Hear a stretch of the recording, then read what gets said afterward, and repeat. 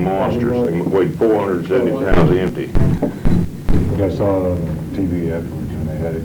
I remember sitting down in 140 that next day. Oh no, I guess it was Sunday when they were burying him, right? Yeah. And they said, "Here comes the big bronze casket." And I said, "Nah, it's mahogany." And everybody looked around at me like, "What do you mean?" Where's J.F.K at? I called his office. He probably left. He was going to be meeting up with this gentleman coming up from 10. Okay, you can just look. You can look right at me when you. Okay, my name's Floyd Riebe, and I was a medical photography student at Bethesda, Maryland, at the Kennedy assassination autopsy. My name's Jerrol Custer. I was the X-ray technician staff on duty that night, and I took the X-rays on John F. Kennedy. My basic mission that night was to find bullet fragments. Dennis David. I was first-class hospital corpsman, chief of the day, senior enlisted man on watch the night of the assassination, Naval Medical School. My name is O'Connor. I was hospital corpsman, 3rd class. I was a student in clinical laboratory and blood bank school. My duty station that night was in the morgue, where I assisted on the autopsy of the president. My name is Jim Jenkins. I also was a 3rd class hospital corpsman, and my duties were basically the same as Paul, to assist with the autopsy. I was also a labs in the medical laboratory school there. Okay, watch. Are we rolling? I can't see the deck. So there's no deck. The monitor the deck. No. I just want to make sure we were rolling. Yeah, Okay. we are. Are you rolling now? Yes. I guess it was around 5 or 5:50 when Ledbetter, who was chief of the Naval Hospital, called me and told me there was a group of people up. And it turned out to be Secret Service. That we had heard on the radio shortly before that the body was going to be brought in for autopsy. And I told Boswell, I said, "Well, it looks like we're in for one hell of a night." Then, at a later, and don't hold me on the times, seems to me it was around 6:30, give or take. I got a call and they said, "He's on his way. Get some people to offload the casket." So I called Building 140, told the man on duty, I said, "Send me 3 men." That was the Naval Medical School barracks. And I called the Naval Dental School duty officer, said, "Send me 3 men." And I took the 6 of them down, and we offloaded gray shipping casket, and they took it into the morgue. And shortly, and after that, came in off of a black hearse, and I went back up front. And 25 minutes later, I was standing on the 2nd deck of the rotunda, watching the front entrance of the Naval Medical School with Mrs. Kennedy and the Secretary of Defense and several other officials came through the door. Paul, why don't we start with you next? Well, approximately, I thought it was around 8 o'clock that I logged him into the morgue log. But he came in, like I said, in the grayish, pinkish shipping casket, I call it shipping casket. It was opened up, inside was a body bag. Unzipped the body bag and took the unclothed body of the president and put him on the table. He had a sheet wrapped around his midsection, wasn't that right, Jim? Or towels, or, and a bloody sheet wrapped around his head. We removed that sheet and observed a massive head wound that encompassed, about this much of his skull was blown away. I really not much help as far as removing the body from the casket and so forth, because I was in the morgue and they had to come through an atrium type situation. I had a fleeting remembrance of the head of the casket coming through the double doors from out in the hallway. At that time, it was a grayish brown type. And when they delivered the body, there was some comment made at the time that they had brought him up on 16th Street to avoid traffic and for security, quote-unquote, purposes. And someone standing around said, "We're going to kidnap the body or something? And he said, no, for security purposes and to avoid the crowds and all the morbid seekers. And that was while, during that period of time that we offloaded him from the hearse during that period. Now you hear stories of helicopters, you know, the sound of helicopters. Oh, yeah. Yes, I heard helicopters. How do you relate that to the overall situation at that time? Well, I assumed you came in by helicopter. I just couldn't see that they would take the body of the president, put him in the marked ambulance, clear down in Andrews Air Force Base and drive him 30 miles all the way through Washington, D.C. when everybody knew he was coming out. Yeah, I also assumed that too, because I remember something about it. God said that he's coming in by helicopter. After I got it, when I was back up front, and just moments or a few minutes before Mrs. Kennedy came in the front door, there was a helicopter on the pad out there. As you come in on the entrance to Bethesda, the helicopter was up, the pad was up there. Right north end. I suspect, I believe that was probably when the official escort, the soldiers, sailors, Marines escort for the body arrived on the heli. Because by that time we'd already offloaded the casket in the back. But there was a helicopter that landed at that time. That was probably 10 minutes, 5-10 minutes before the entourage pulled up in front of Bethesda. And that was a mass chaos that night. Anyone that's ever been there, that whole area in front of Bethesda was one massive sea of humanity. I remember looking out the window, and from the edge of the driveway in front of the hospital, all the way to Wisconsin Avenue, all over that. Remember the Bethesda Springs out there? Right, in the middle. That whole area. I don't remember what hole it was on the golf course, but it was literally covered with people. Literally.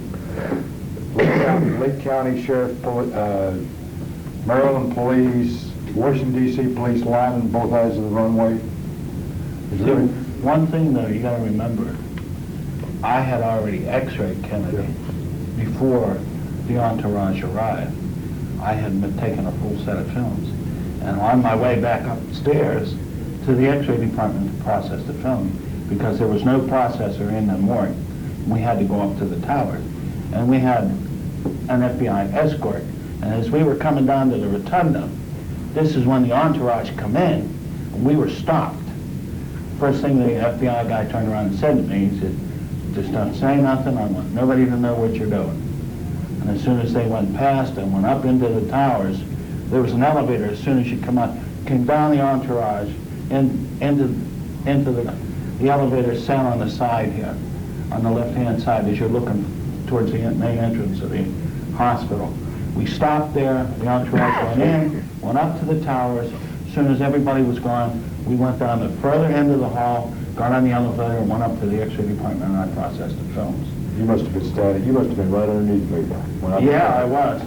And this is one little thing that didn't quite gel. The president was already there, and supposedly he was supposed to be in the entourage, or the procession of the so-called getting there. Well, if you saw the procession in your mind arrive, at the very beginning of the evening at that point in time, then the casket that was part of that entourage, did any of you gentlemen time it in any other part of the building shortly after that, or what happened? Well, at that time, you got to remember what was going on. Your mind was actually, and it wasn't brought all together until later, until people actually realized what was going on. I didn't know that the casket was supposed to be with Jacqueline Kennedy at that time, until later I found out what this gentleman had saw and what everything else had occurred.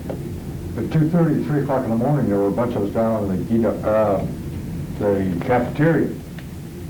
And they said, hey, there was 2 caskets. There was the big bronze casket.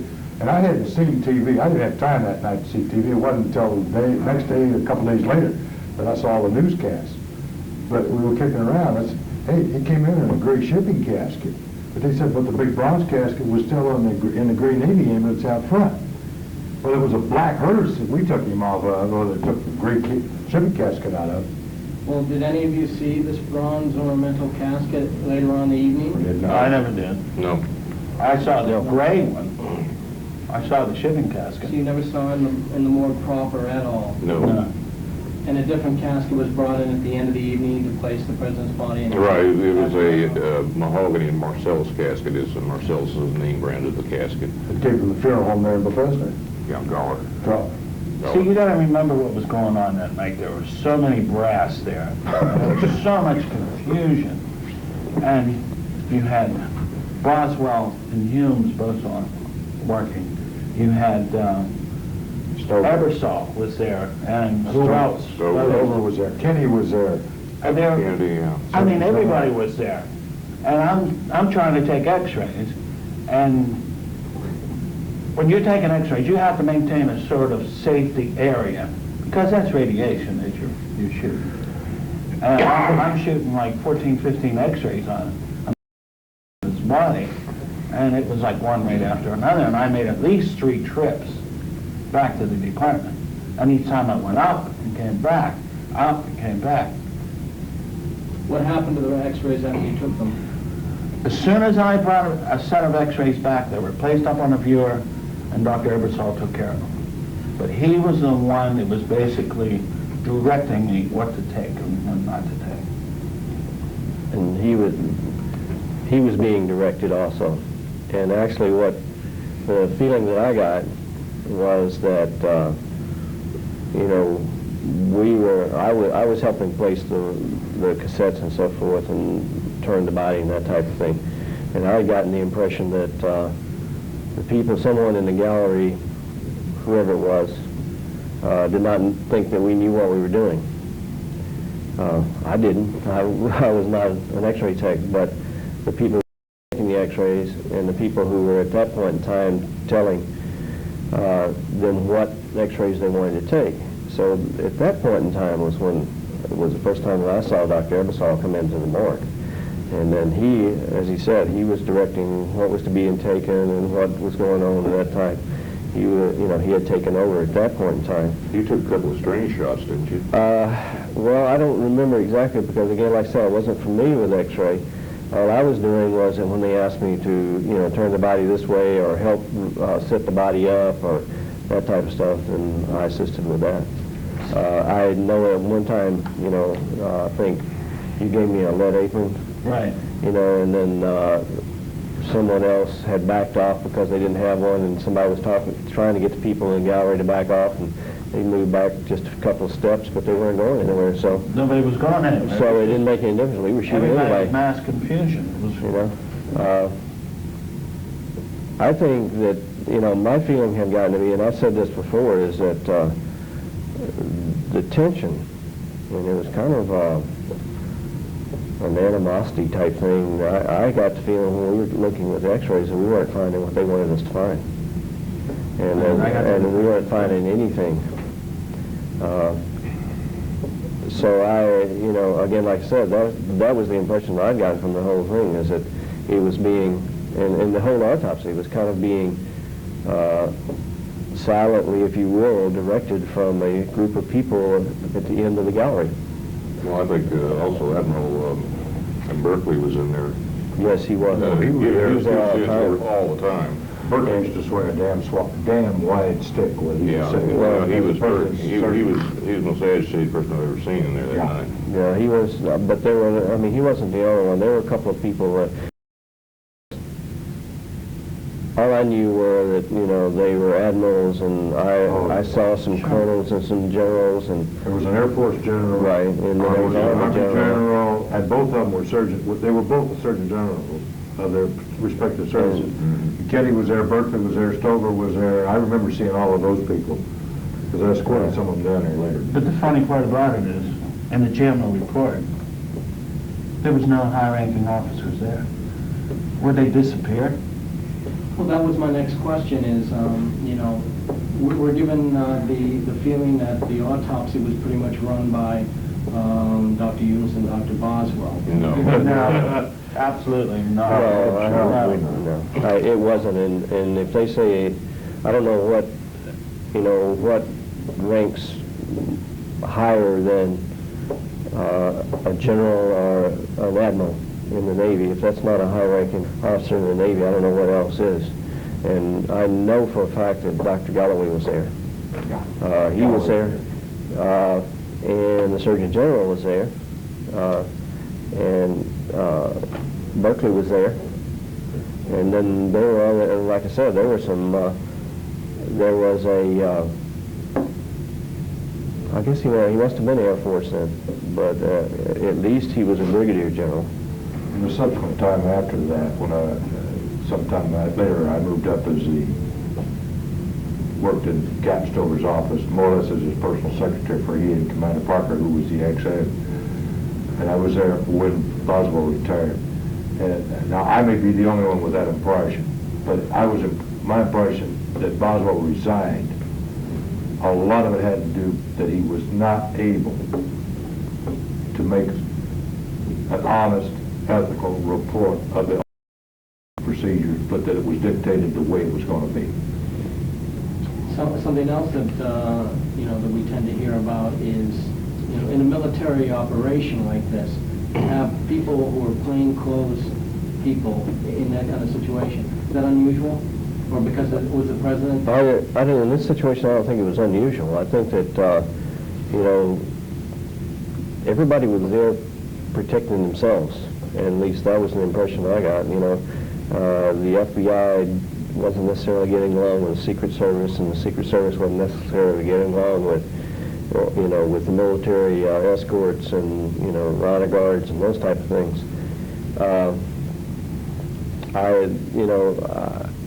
I know that at times Paul was standing behind Dr. Humes and Dr. Fink, and two people in suits, and we have no way of knowing whether they were Secret Service. They were the cyber domain. Yeah, whomever they were. They came up behind him, and I think they virtually crowded him out of his spot. One of the things I think people have to realize is that Paul and myself both had to stay within earshot. I mean, we had to be able to hear what Dr. Boswell and Dr. Fink and Dr. Humes were saying, because we virtually were doing what they directed us to do. And that necessitated, well, I remember I stayed at the table almost all night, probably closer to the table than I was actually standing at the side of the table alongside Dr. Fink. The only other time that I left the table was that when Dr. Stover, who was sitting behind me in a chair, told me to get a sandwich. And then I walked into a little room where they'd put a tray of sandwiches, took my gloves off, picked up a sandwich, and then Dr. Boswell called me and asked for me to come back out. I had taken a bite off the sandwich, I laid it down, I never went back anywhere else. I went out. At that point in time, I think that was when we started doing the body cavity. Well, I want to take us back first. Yeah, sure. Can you pause that for just a second? Specific memory of the casket or the body in the casket. I didn't participate in that part of it. Paul and some other people had actually taken the body out of the casket, and when I saw it, it was wrapped in the sheets, or a sheet or two sheets, several sheets, whatever, however many was in it. That's my first clear remembrance of the body. It was outside the casket, and the only remembrance I have is basically I remember a glimpse of it as it came through the door, the double doors that came into the atrium, and that's where I got the impression that it was a grayish brown type thing. In general terms, Paul, can you tell us about when you did open the casket, and also tell us who was with you at the time the casket was open, the body was then? Well, I was standing at the foot of the casket when it was placed on the floor next to the table number 1, the autopsy table number 1, and of course the casket opened this way from my right to my left, and inside was a body bag, which was unzipped quickly, and the unclothed body of the president was placed on the table. I helped carry his head to the table, matter of fact. It was a bloody sheet all around his head, and I got blood on my gloves and everything like that. then we unwrapped the sheets and saw the wound. Who was with you? I could not tell you at all who was there. There was a lot of people. Was Dr. A lot of hands, a Boswell? lot of hands, a lot of hands came down to help bring the body onto the table. I don't know who they were attached to. I couldn't tell you. I remember when the sheets were taken off, my remembrance is that the body was unclothed and the sheet had been taken off of it. We did the cover sheet first. Dr. Boswell dictated to me the wound, scars, the type of things. I wrote them on the cover sheet. Then the sheet was removed from the head. And when we get to that point in time, I have some questions. I have some questions about how the head was wrapped. It's been reported it was wrapped in a single bloody sheet. I remember a couple of towels were taken from the head area and thrown on the floor. And I was a little impressed by that because it went up against the wall and You had to clean it up. yeah, and I had to clean it up, and it also was on my side of the table. That's where maybe the way that we all remember things. Now, I actually participated in the cover sheet. We did turn the body at that time because of the scars on the back of the body, and also I remember that I believe it was the left leg when we did the measures, the crown up and the length and so forth. It was shorter then, and that was I asked about it, and they said, well, that was from the PT accident during the war. That was what he was substantial. And then later on, when they dressed him, he wore an elevated shoe on that foot. Also, that's about that time is when we realized that he had a bullet wound in his back too, and it was about in the cervical area. Now, one thing about that bullet wound that today even Dr. Boswell and Dr. Humes stated he got shot twice from the rear, but that wound did not penetrate the pleural cavity. The wound went in about that far, arched downward, bruised the back of the lung, bruised the pleural, bruised the intercostal muscles. You can see blood in the intercostal muscles, and that's where it stayed. That bullet did not traverse the body and come out the throat. And that was examined. That wound was examined later on because at the time the wound was being examined, I had worked with Dr. Boswell, and we had the organs out of the body. One of the ways at Bethesda that we removed the organs, we removed them intact. And we actually tied off the subclavians and the carotids and the renals and so forth, anything that would create a large amount of blood into the cavity, and removing this in total. And then they would be separated, dissected, and so forth. While Dr. Boswell was actually dissecting or examining the organs on a cutting table above the body, they were probing the wound. And I could see Dr. Humes, because it was right in front of me, I could see Dr. Humes' little finger go to the extent of the wound. And he was probing it from the outside toward the inside. And you could see the impression of that finger under the pleural as it went down.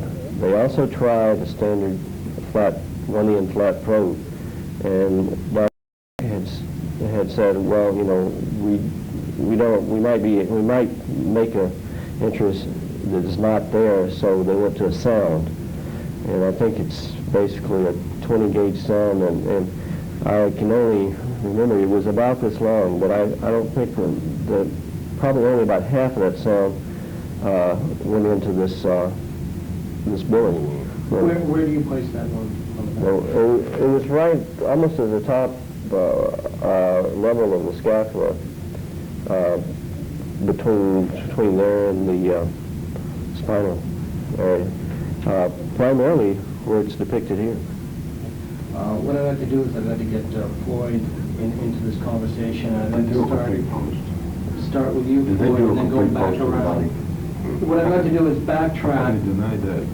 Some of them said we didn't work on the What I'd like to do is backtrack to when everybody first saw the body, their initial impression of the wounds that they did see, and how you would basically recollect that today, starting with Floyd. Well, when I first saw the body was when they opened up the casket, and that's when I started taking pictures. And I was doing not only pictures of the body itself and the procedures going on, but I figured, well, this is going to be something for history. They probably want all these, and I photographed everybody in the room, not as an individual, but as a group, several times. And but there are no photographs left. There's no place. What was your initial impression of the wound? My initial impression of the wound is what, like Paul was saying, better than half of the back of the skull was gone. The back and the side of the right side of the skull. Oh, about the throat? It didn't look too awful bad. It looked kind of gross for a tracheotomy. But, I mean, I've seen quite a few of them over in Vietnam and some of the ERs around the Marine bases I've been at. But I've never seen one done like that. I was there also when the body was taken out of the casket. But I didn't actually take any x-rays until afterwards, but when I saw the head, it was a massive hole from mid-temporal range all the way back to occipital, and this was all gone. I mean, you couldn't even see the mid-sagittal plane. It was completely gone. My hands are large, and I could safely say that was about as big as it was. And it just struck me that anybody could live through something like that. The tracheotomy, it looked like a bullet hole to me that had been widened. Because when I had taken AP films of the cervical, it did show bullet fragments in there. And I took some laterals and it showed bullet fragments. Plus I took some films, at least 5 or 6 different views of the skull looking for bullet fragments. And do you want me to bring that up? We'll get into All right. And in fact, my job there that night was to take complete body x-rays. That's why I only had so many films, and that's why I had to make trips back and forth to the towers to run my films. And each time I brought a set of films back, they were thrown up on the viewer. Dr. Ebersol would look at them and he'd say Boswell or Humes, and somebody else would say something, and somebody else would say something, and then they'd suggest another view. I'm running a beeping, I mean, we're running out. Yeah, we have like 2-3 minutes left. Why don't we change it now rather than, and then we can get into what we're going to say. I'll let you, invite the rest of you.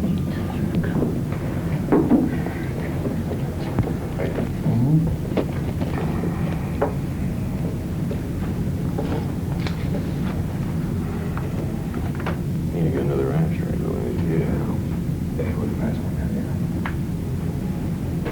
Okay, when we gonna start with Rick? I'd like a 2-shot of Paul and Jim together. Visually or together, if you could just give your impressions of the head wound, now that we've heard Jerry's recollection. Well, my first impression was that it was the biggest head wound I'd ever seen. It struck me, it looked like a bomb went off inside his skull, and everything was just blown away.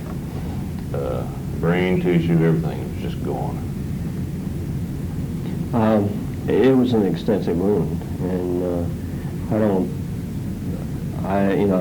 really agree with the limitations, because the majority of the damage, even though there were some fractures that were running forward into the frontal area, were primarily behind the frontal suture here. The major part of the damage was, as everyone has said, in this area. And I think that if you really want a perspective of where the damage was, just take your thumb and lay it above your ear and spread your hand out back toward the occipital,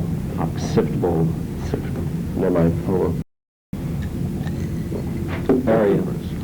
And the protuberance back there would probably say your index finger would be lying on that. This is a general area that most people have seen the major damage of it. And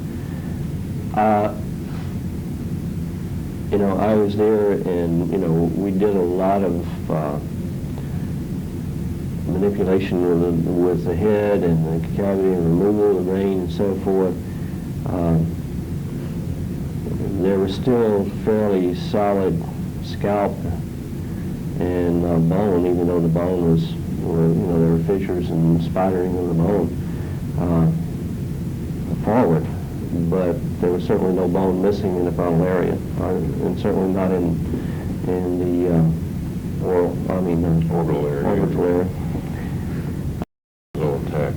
You know, in the area of the Pterion there it was damaged, but the major damage was further toward the posterior.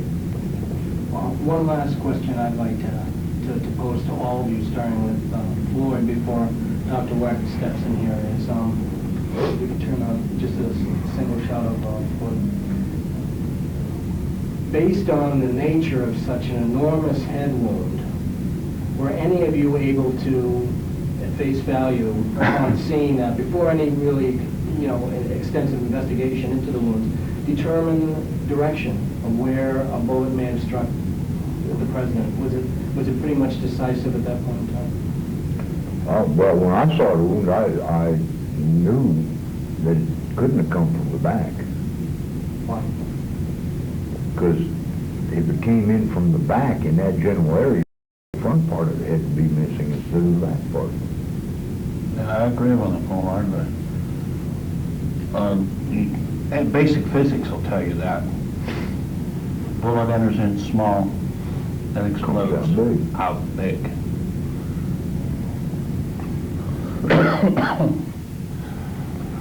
Well, I think through the years I've looked and studied, I think he was hit 4 times.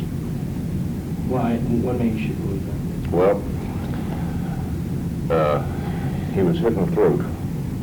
He's hit in the back, and I think he got hit in the back of the head and the side of the head about simultaneously, which accounts for the enormity of the wound. It just, I've seen that caliber bullet, and it's a small one.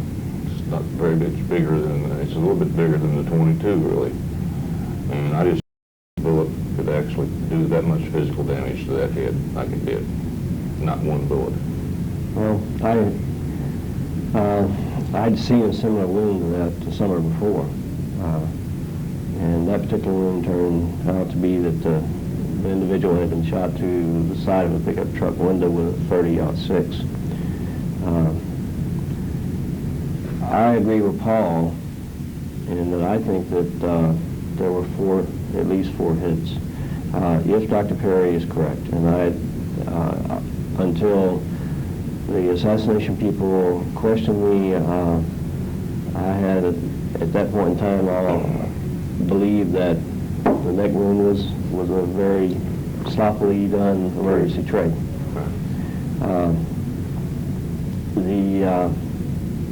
I think that if in essence the neck wound is a bullet wound, or a wound, he was hit there. I think that if in fact what Dr. Humes and Dr. Boswell, Dr. Fink calls an entrance wound at slightly above and to the right of the occipital protuberance or along the nuchal line, if that's an entrance wound with an exit around the Pterion, then there was also another wound that entered slightly above and forward of the ear and exited in the area here that we see the great amount of damage on. I don't know if the the bone fragments that supposedly were placed back in the skull that exhibited some evidence of a bullet hole in the frontal type of area, then certainly that was one shot. The other shot. During the x-ray and at the beginning of during the autopsy and at the beginning of the autopsy, there was a conversation between Dr. Fink and Dr. Humes about an area here on the side of the skull that had some graying area. There was a question as if that graying area might be lead for a bullet. I never heard anything from that again, and neither in any of the reading that was given to me here recently in the last couple of years or any of the other conversations that I've ever had with anyone. I've never even heard a denial of that. I got a question, man. You know, I always assumed there was 3 shots that hit the president, but you're talking about a 4th shot. Mm-hmm. And as I mentioned earlier when we were talking, at about somewhere between 10:30 and 12, the AO, I think, was the AO of the hospital, had asked me if I knew anyone that had a security clearance and could type. And I told him, of course, I was a MAT tech and had a security clearance. And this officer and the Secret Service agent, and I don't remember his name, I remember identifying himself at the time as a Secret Service, went up on the 2nd floor in Commander Weiss's office, which is Med School AO office. I typed up a memorandum describing 4 pieces of lead that was taken from J.F.K's skull. And they were in a little pillbox, about that big around, about so long with a cap on it. And I literally took them out and poured them in my hand. Now those 4 pieces constituted too much to have been one bullet, if you will, or one slug. There wasn't enough there. You have no idea where those even came from? Only, as I recall, I typed on an official Navy memorandum letter, it's official government memorandum type. As I recall, the exact terminology, I don't remember exactly, but it described the bullets that were removed from the head of JFK, from the president. This is unusual because I understand from all of you there was a real frustration in the room that night because no solid bullet fragments could be found anywhere in the body. Is that correct? Well, I never saw a bullet fragment at all. Neither did I. Period. But see, the thing was, when I took AP films of the cervical, there were bullet fragments in the neck. Now, just from this enhanced x-ray, that has to be a bullet fragment. Not a bone. But that x-ray also shows that the frontal lobe of the skull is gone. This is what I brought up. And the frontal lobe... This whole frontal area is completely gone here. That's the right side.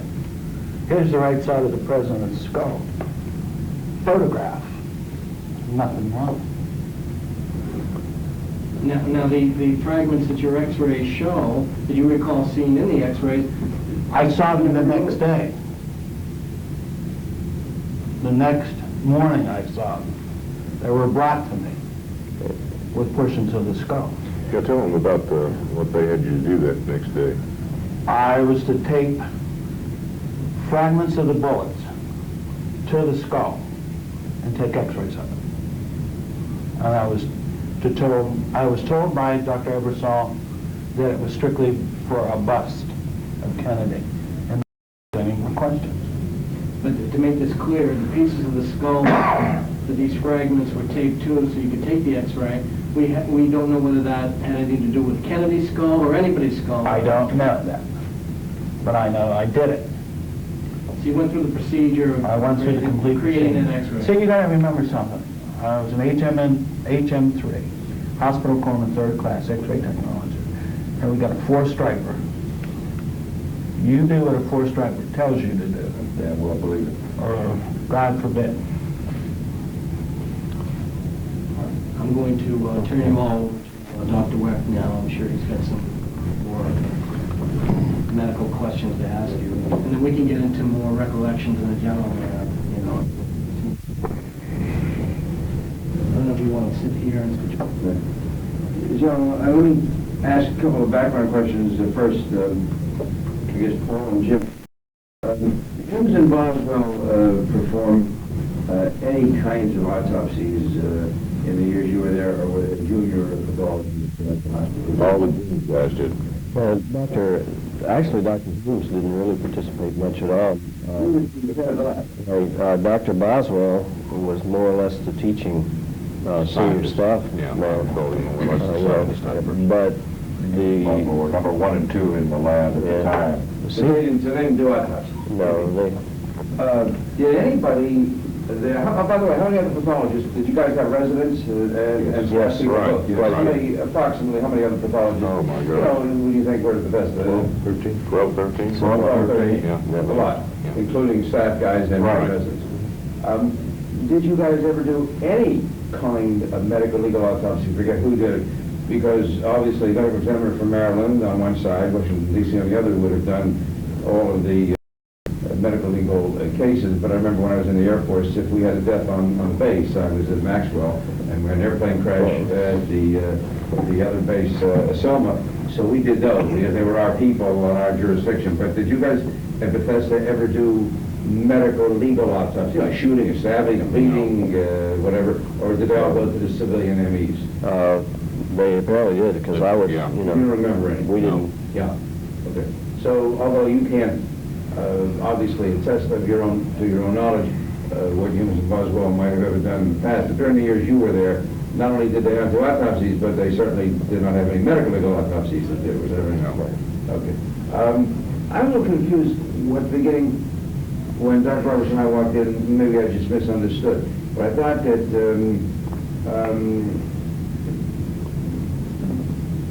Dennis and Paul and Jim were talking about this casket and taking. Then I thought Jerry said that meantime he had already taken X-rays and he was That's it. on his way back. No. The thing is, they had taken the body out. All right?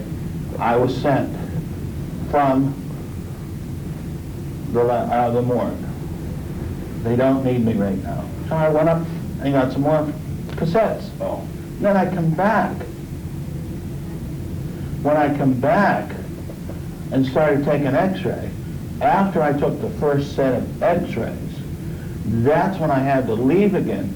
See, I didn't have that many. That was a portable unit, and I could only carry so many films down there. So after I took so many films, then after the first trip back, that's when I ran into... Oh, okay. That clears it up. Do you remember, any of you, the bone being brought into the autopsy room, and if so, approximately what time, if you recall, brought by whom, and if you recall, given to whom, and if you also recall how many such pieces? Because you know we've all read and heard about these references, some 2, 3, 4, and nobody seems to know exactly where and when. And then finally, I'll just give it to all at one time. Then, as I understand, James and Boswell think that once they had these pieces of bone brought to them, not that they were expecting them, but they were brought in, it was only later, like maybe around midnight, 1 o'clock in the morning, that they then reconstructed enough from those pieces of bone to say, hey, here's beveling. Prior to that, they had not actually been able to identify the beveling phenomenon. Jim's the best person. Well, I don't remember any bone fragments. I remember the bone fragment. They came in, they were to probably Humes because there were 3 people, you know, 3 other physicians at the top of at the head of the table. It was a small bag. I want to say Ziploc, but it wasn't really a Ziploc. It was one of the old specimen bags with the ties on top. It was approximately this wide and about that long.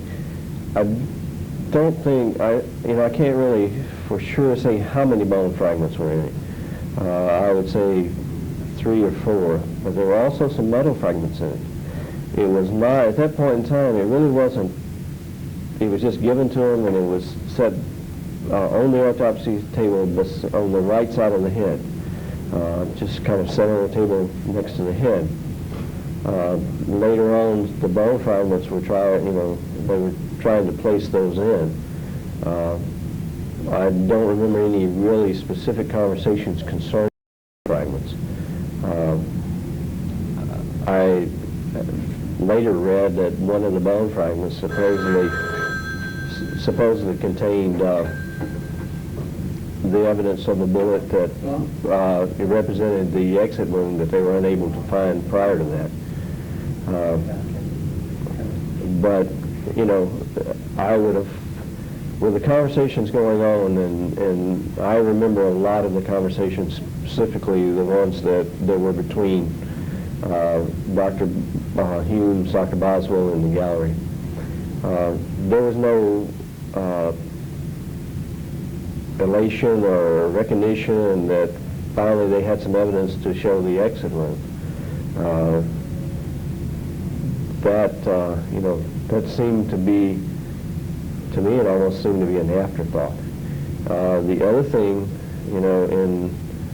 at some what Dr. Humes had testified to, and he testified to the tabling and the two layers of the two layers or laminates of the skull and that type to that extent.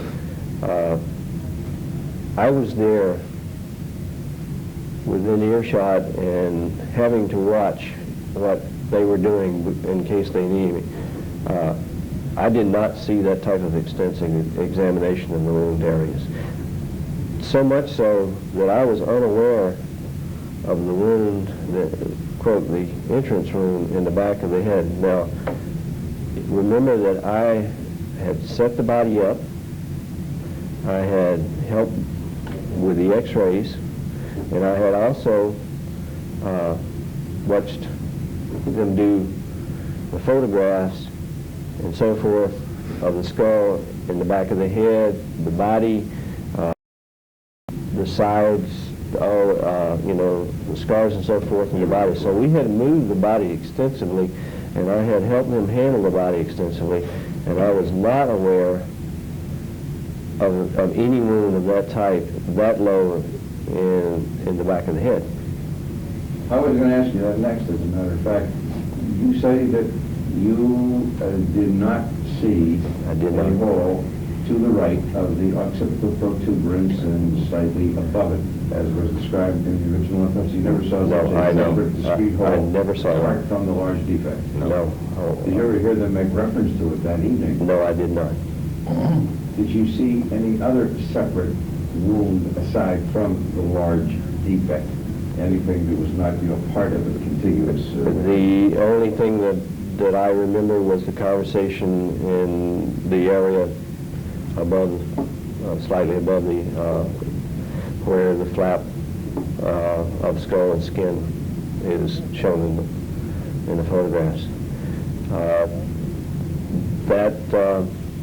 That basically the only thing. I felt like that the concentrated effort was actually in the area of the large defect. Dennis, you said that there were 4 pieces of metal. Yes, sir. And your opinion that the 4 of them exceeded the amount of metal that would constitute 1 bullet, but it did not appear to be enough to constitute 2 bullets. Had any of you guys in the autopsy room then, the night before or earlier that evening, seen substantial pieces of metal, substantial pieces of bullet fragments? No, sir. So you never saw these 4, or indeed any one of those 4? No, I did not. Period. We didn't see any fragments, period. But I saw them the next day, though. Dr. White, they were roughly about square, although they were more elongated. They weren't square, but they were elongated pieces. You had one large one there, too, didn't you? Were they copper jacketed? Or were they, you remember the color? They look like gray lead, just like off of See, I saw the same 4 bullets the next day. You mean the same fragments? Same and fragments. And you were asked to have x-rays taken fixed? I've got somebody else too. Right. Did they scratch tape them on, you mean, like? Or? Yeah, I scratched taped them on. And he gave you pieces of bone. Were you able to determine from what part of the head those bones would have come, or they were just some irregular shape? Well, the one that I was at least able to determine, it was from the top part of the head where the mid-sagittal plane goes down, and one from the temporal region. But the others, God only knows. Well, you had seen the body the night before. Right. And you had seen the defect. Did any of those pieces appear to have been pieces that would have been or could have been taken from the disrupted, fractured calvarium of the president the night before? Some were irregular, some had a fine line across. Did they have a dried hemorrhagic appearance? Right, there was was at least one or two that had some. No, of dry course, the lines. president's body was gone, right? Right, So if they supposedly. came from the president, they would have had to have been pieces that had been taken Right, from the correct. and just removed. See, this is what I couldn't understand. Why am I doing this after the fact? I understand. And I was told not to ask any questions. Yeah. Did anybody, so you've already answered this, I just want to make sure.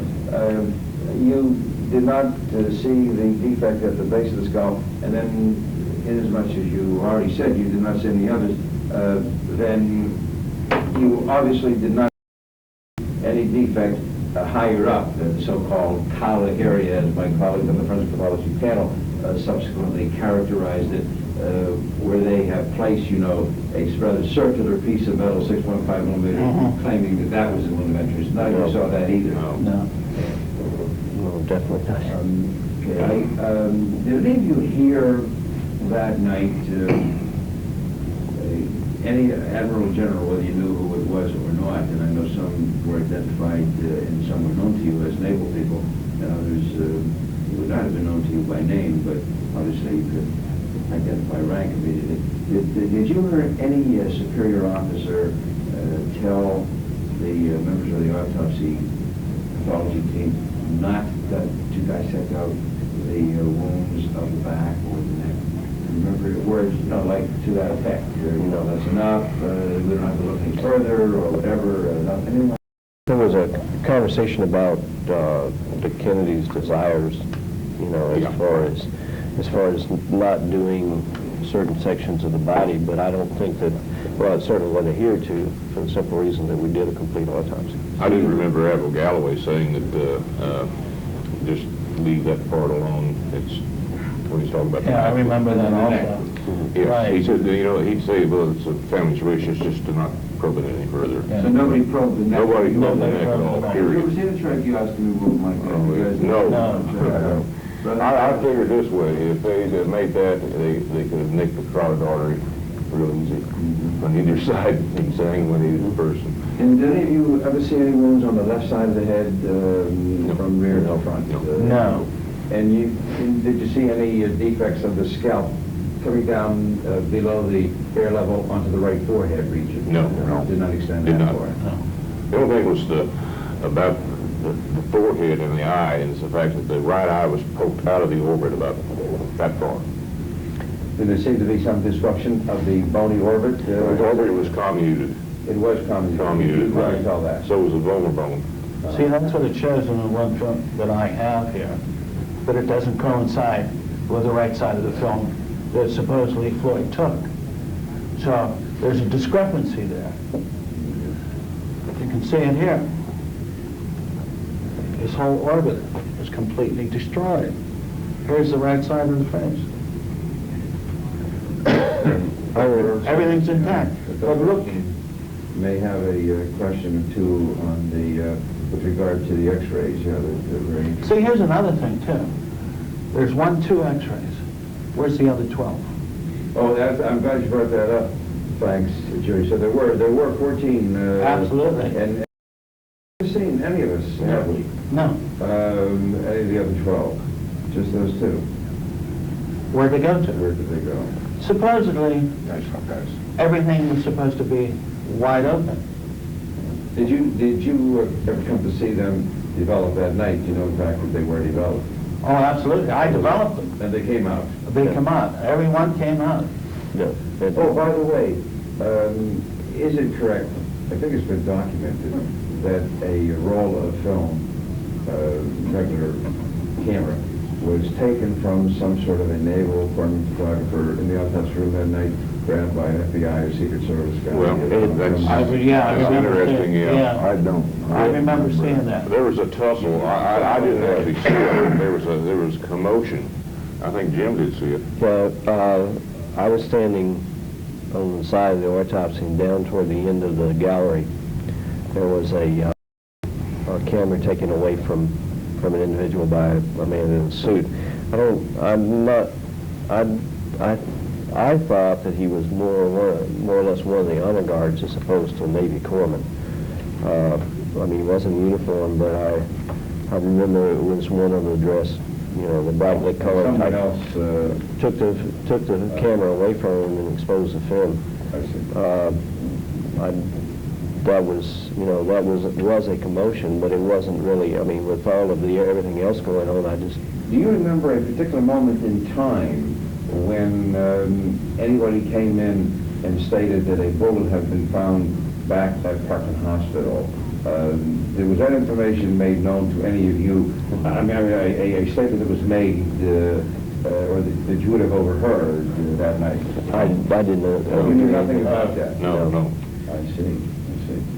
Were you, then you couldn't know if some FBI person went over to Humes or Boswell or Fink and told them something quietly, to that effect, and you wouldn't have any way of knowing that then, would you? I don't remember any private conversations between any of the physicians other than Humes, and he would walk to the gallery and talk to, you know, someone occasionally, but it wasn't like, you know, someone would come to the table and whisper in his ear or anything like By the that. way, this gallery that you guys speak of, whether it was a seats thing for the teaching... Benches, yeah, right. Basically, three-tier benches. Three-tier benches, I see, like a little classroom. Right, exactly, right. It was a teaching ward. I don't think too many people were sitting down that evening. They were all... standing up. Oh, yeah, there's a madhouse in there.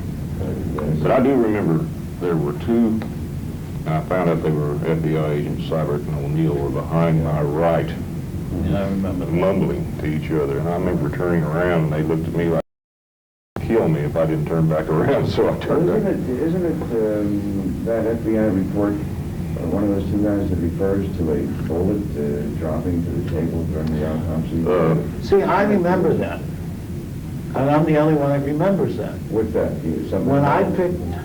When we picked the president's body up to x-ray his thoracic region, a portion of a bullet fell to the table. And I remember somebody coming over with a pair of forceps, picking it up and said, look what we found. They took it over and they dropped it in a specimen glass and had whatever in it.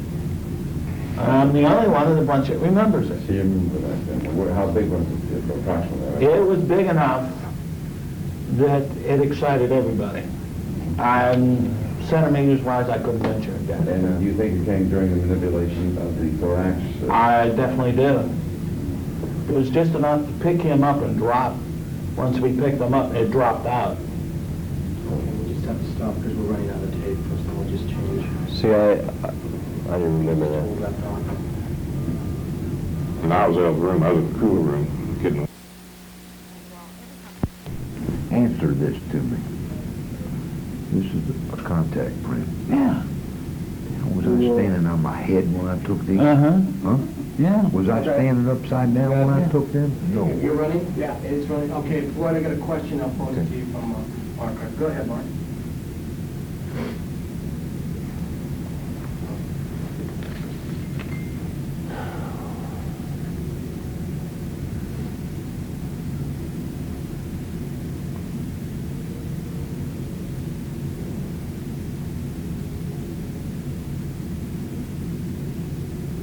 long question.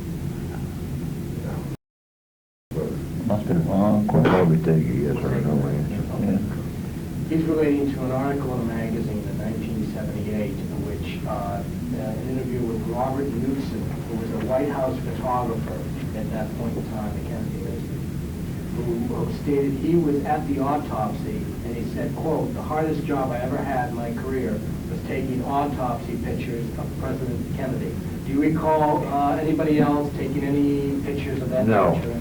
Don't let anybody else in the door. Nobody was in there. The Secret Service or FBI, combination of both, took every single film away from me as soon as they could get it. Now, when I was using the Speed Graphics, I was using an electronic flash and a film package which held 12 negatives. Okay, every time the flash went off, he was wanting the negative right then and there, or the flash, so he could count. So to your recollection, there was no one else taking... No, nobody else. Well, there was one other person, it was Mr. Stringer. Other than Mr. Stringer and myself, no, there was nobody there.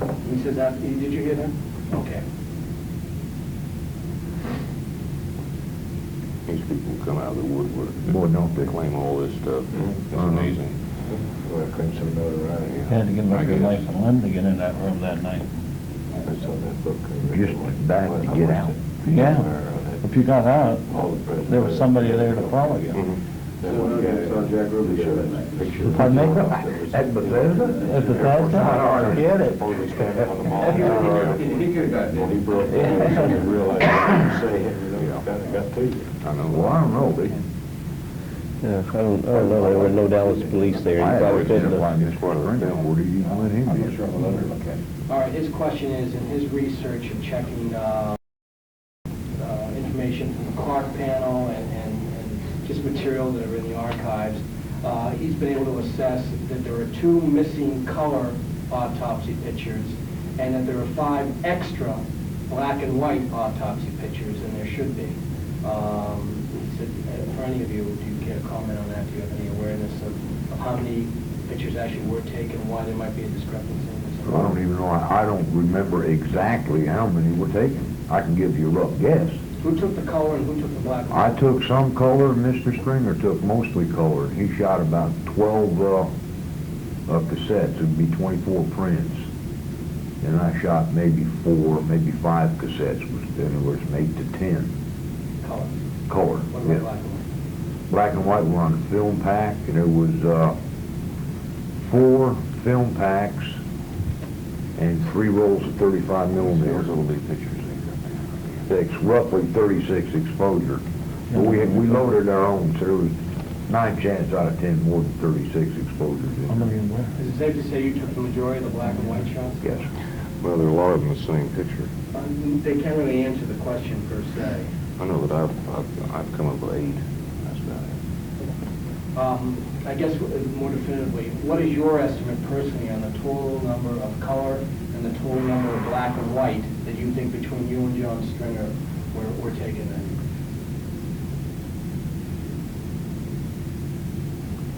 About 140. Close to 140.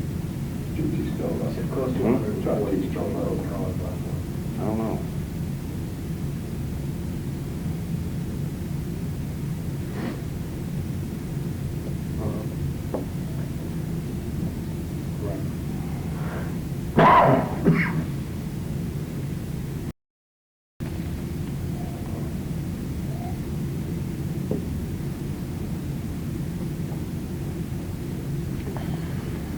It's kind of warm in here.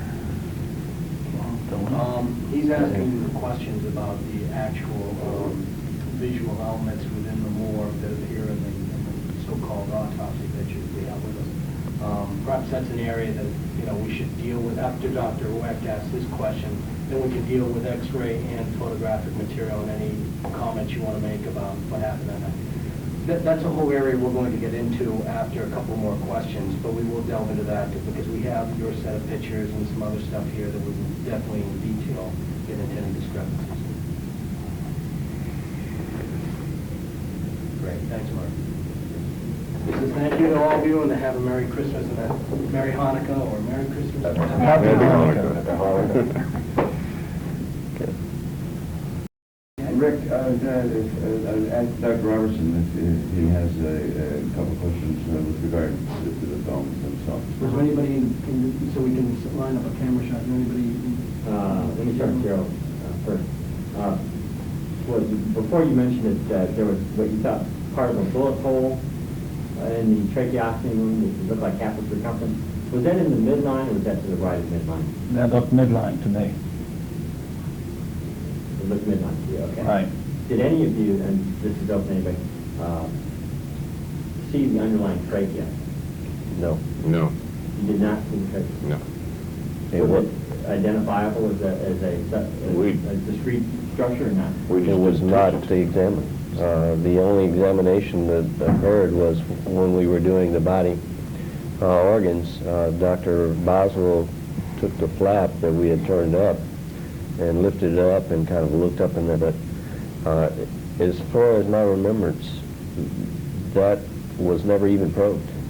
The opening itself was never even probed. When, as I said before, when it was entered on the cover sheet, it was entered as a tracheotomy, and Dr. Boswell was the one who identified it as a trach. See, that's your usual Y-shaped, No. no, We did a U-shape. U-shape. a U-shape. And, more or less. well, it was a Y, I guess. So But then there was no dissection of the neck, and the higher No. bone and the laryngeal cartilages Were and not. strap muscles were not removed. No. They were not visible, really. Not even touched. No, they were not. Jim, if I understand right, you were taking down the notations for the Boswell diagram of the head, is that correct? No, he did the diagram of the head himself. Yeah, he did. You're talking about the freehand drawings? Yeah. Yeah, he did that himself. We had a pre-printed cover sheet. Well, most autopsies have it, and what I did was that I was writing in and helping him do the measurements that we would normally have done on a normal autopsy. Paul and I would have done them if we had had duty together or something of that nature. So you were the one, did you write down the 6 by 4 by 3 in the back of the head? No, that was done by Dr. Boswell. That was Dr. Boswell. He did. Yeah, on his You freehand. saw him do those measurements? Right. I saw it. Yeah, I saw him do the measurements. How I far just. down inside the skull were those measurements taken? I would say they probably were down probably to the hairline below the nuchal area. Ridge. And the 3 centimeter area near the left orbit, do any of you have any idea what that represents? No. No. That's strange. I Is there any couldn't figure that bruising out. or hemorrhage in the left campus region of the left eye as noted in the No, report? no. Was there any in the right eye? Yeah. I didn't really see any hemorrhage per se. It was very, very dilated and fixed, and like I Yeah, said, it was out of the it was orbit about that far. Right. You know, Extremely dilated. I say to the... You gotta remember at the time, though, the eye was kind of discolored, and it protruded. So to actually see a hemorrhagic area, I think it would be kind of difficult. Okay. Now, Jerrol, when you took these x-rays, the lateral skull x-rays are quite dark. Did he tell you, or did you go way up in your MAS to make those dark? See, the thing is, these are enhanced. Right. No, I realize that. Okay. But the original, I've seen The original x-rays, to my recollections, were not that dark, because they were light enough that you could actually see where fragments of the bone were separated. It looked like somebody had taken a hard-boiled egg and just went like this to a skull. Okay. It was that well fragmented. Now, on the left lateral view of the skull, how far away was the film from the skull? Was it plastered right against it? Right against it. Okay. And the same for the AP view? Correct. Okay. Floyd, you took the pictures of the back of the head. Yes. Was there a flap of scalp that would go up and cover the major portion of the hole that was present posteriorly? If it was stretched, it probably would up and pull Not down. the whole hole, but just, it would go up. It would cover part of it and pull some of the scalp down. You might get most of it covered. Okay. So you gotta remember the scalp was in 2 parts. Like I told you before, the front of the face completely drooped. Right. You know, it didn't actually look like him because of the deformity of the face. Mm-hmm. You actually had to look at him twice to realize x-ray. Were the postmortem skull x-rays taken before or after the brain was removed? I'll be honest with you, when I took films, the guy said the brain was there, but I didn't see it. Okay. And I was right there. Okay. And I held the head and picked it up. And I could see down in the skull. I saw brain fragments but that's it. If there was anything there, it had to be very small. Now, when the brain came out, did anybody notice whether cerebellar tissue was involved? Was there a cerebellum? Yes, there was. You can't see it. Well, oh, well, yes, I did. I helped infuse it. Oh, you did? So Yeah. you infused it and placed it in the formalin fixed bucket?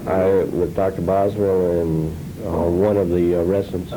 Did the The cerebellum appear to be cerebellum, untouched? it seemed to be intact, and the tentorium didn't seem to be torn, or, you know, the primary damage actually was to the right, right, and it was mostly probably anterior of the area that I described before.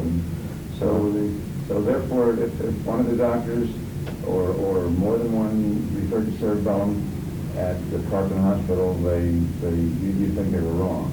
No, I'm not sure. See, there was so much bone gone that they said that there was actually cerebellum tissue hanging out of the thing.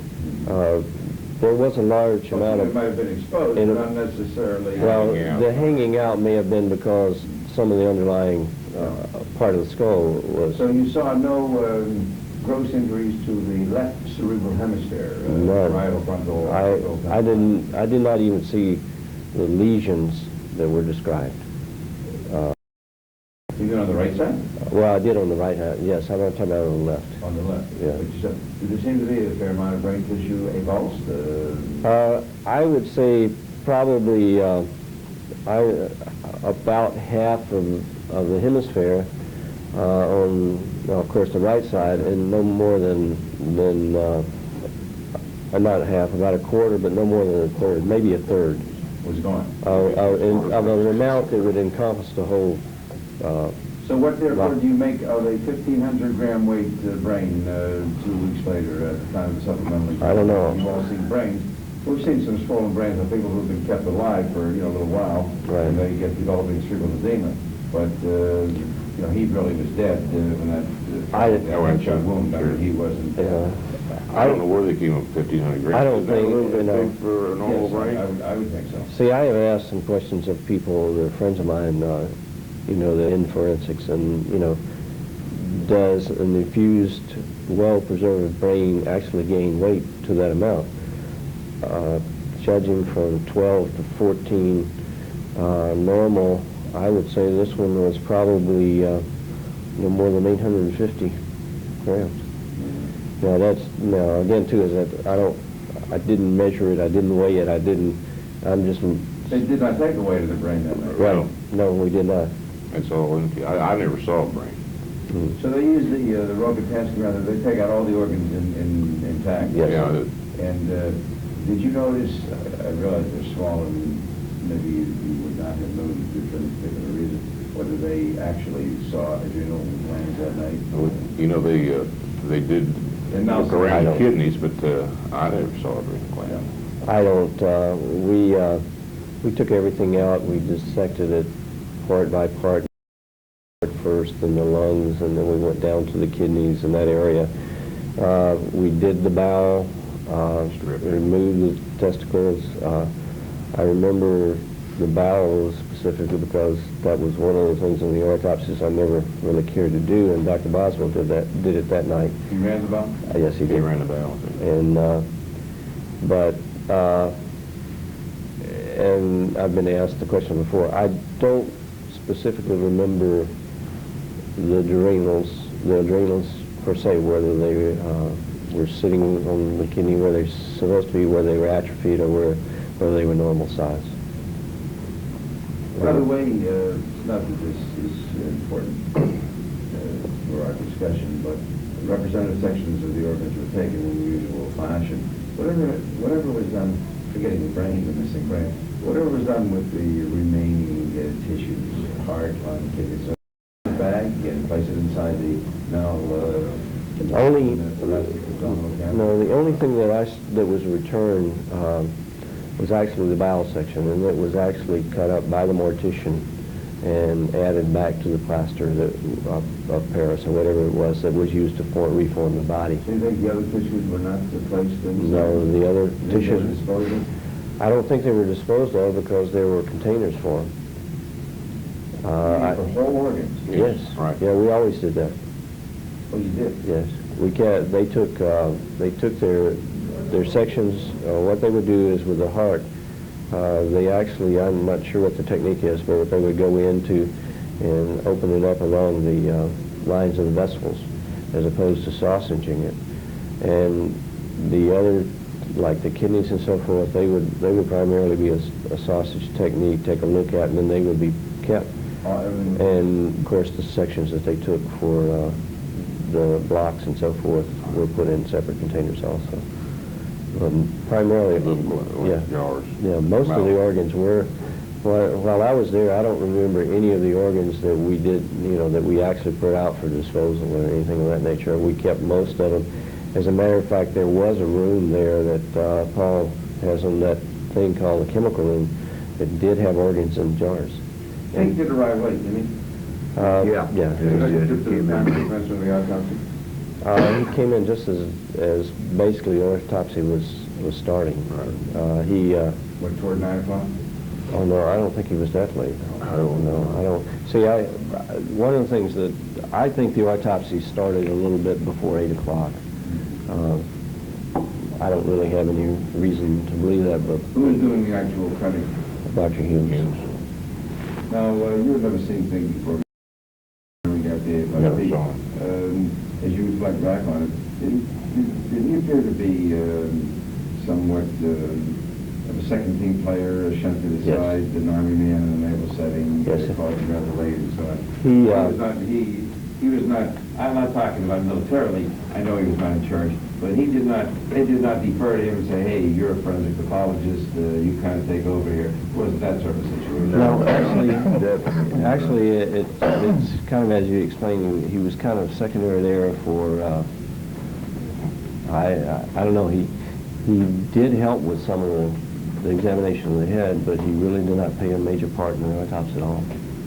Dr. Boswell and Dr. Humes, primarily Dr. Humes, did most of the head section and so forth in consultation with Dr. Boswell, and I guess you would have to say in consultation with Dr. Fink.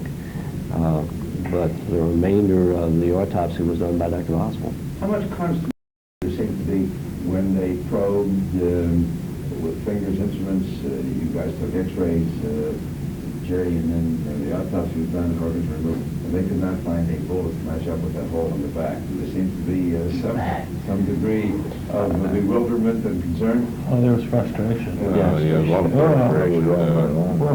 Yeah, I mean, the atmosphere was just Unbelievably intense. Yeah, I've seen presidential candidates come to town with Secret Service, and you think that our war is on. Well, I'll tell you one thing. The way some of these people were acting in there, you thought the president was going to get off the table, walk out the door. well, I think some of them probably wished he had. Randy?